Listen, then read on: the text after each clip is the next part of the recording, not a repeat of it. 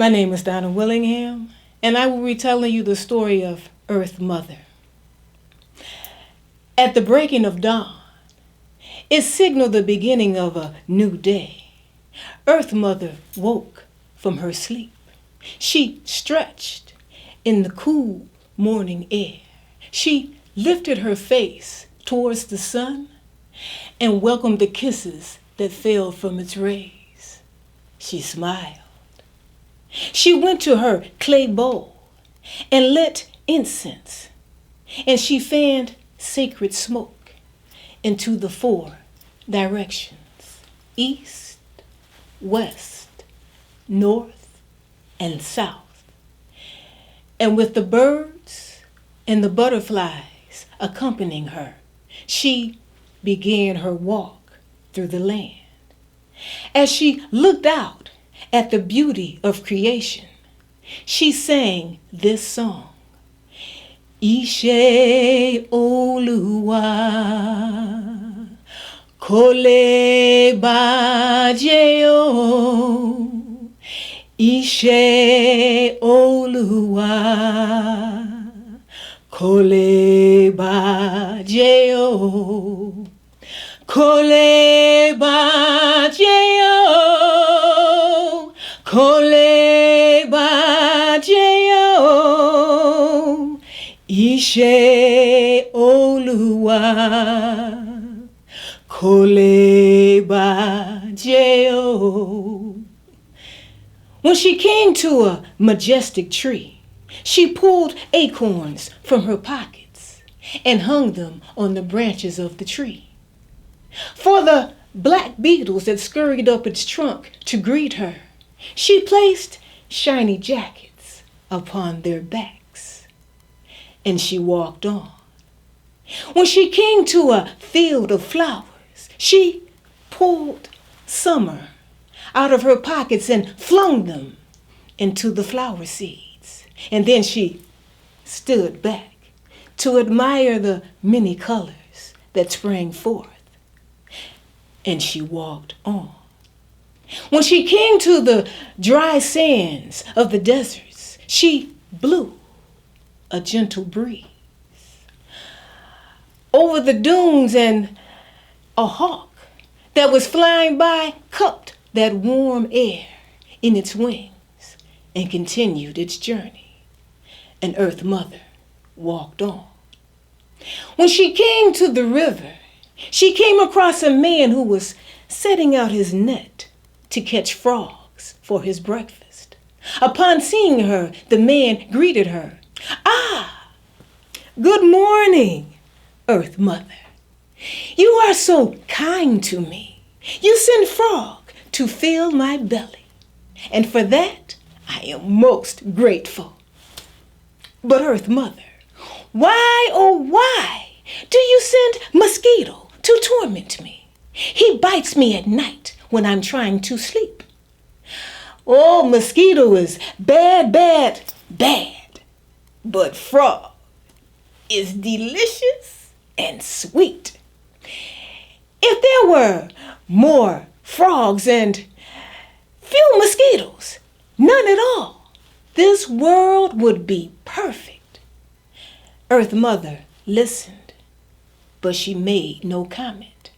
And satisfied with his suggestion, man went back to setting his net to catch frogs, and Earth Mother walked on. When she reached the African savanna, water fell like rain from the fringes of her shawl, replenishing the watering holes. Flowers opened their petals to welcome her.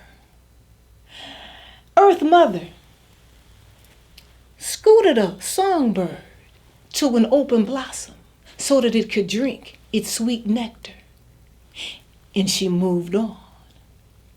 When she came to the mountains, she climbed to the highest peak. From her pocket, she pulled spears of lightning into the clouds, and the rains that fell across the land and they felt the sting of the fury of her storm. And Earth Mother walked on.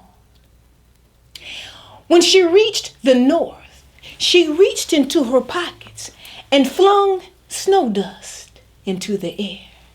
As it settled on the branches of the trees and on the bushes and grew deep upon the ground, its crystals shone like diamonds, and Earth Mother walked on.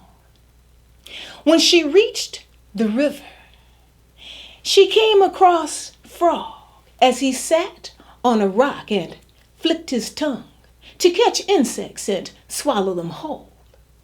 As Earth Mother came closer, he greeted her. "Good afternoon, Earth Mother. I wish to thank you for Mosquito and her sisters. They fill my belly and give me life, and for that I am most grateful. But Earth Mother, why, oh why, do you send man to catch and eat me? Man is bad, bad, bad, but Mosquito is sweet and tasty. If there were more Mosquito and no man, none at all, this world would be perfect." Earth Mother listened, but she didn't make a comment. And satisfied with his suggestion, Frog went back to catching insects with his tongue and swallowing them whole, and Earth Mother walked on. When she came to the ocean, she watched as a flock of seagulls flew through the air. She watched a pair of whales as they dipped and bobbed into and out of the ocean waves. And Earth Mother couldn't resist. She walked into the ocean, and with the whales she dove deep into the sea. When she came back up, she freed a sea otter that was tangled in seaweed. She gently rocked it on the waves before she released it. It was nighttime now, and silver moon settled itself high into the night sky, and Earth Mother walked on. When she came to the meadows, she heard a tiny, tiny voice call out to her. "Earth Mother, Earth Mother." And then she saw her, Mosquito, sitting on a blade of grass. "Earth Mother, it is I, Mosquito. I am afraid, for Frog will surely eat me tomorrow, if not the next day. He has already eaten most of my sisters. But I am most grateful to you for man who lives by the river, for I bite him at night while he sleeps. Oh, Frog is bad, bad, bad, but man is tender and juicy. If there were more man and no frogs, none at all, this world would be perfect." Earth Mother listened, but she made no comment. And satisfied with her suggestion, Mosquito went back to thinking about how much she was going to enjoy biting man later that night. And Earth Mother walked on. When she came to a steep hill, she climbed higher and higher until she reached her home.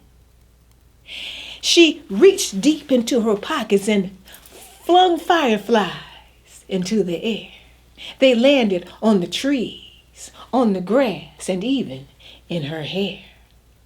She again went to her clay pot and lit incense, and again blew sacred smoke into the four directions, bidding a good night to the animals, the birds, the insects, the flowers, the fishes, and man.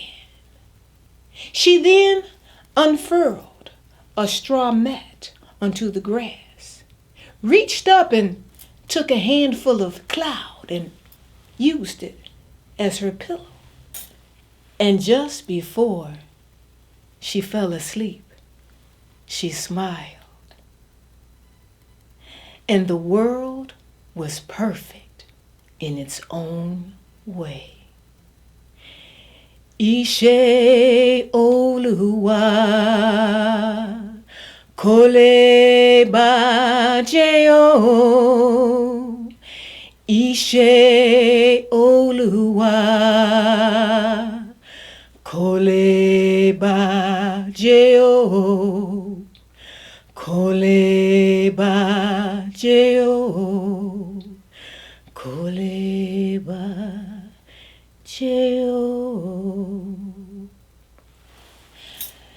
Ishe Oluwa Kole Bajeo. God's work shall never be destroyed. Ashe.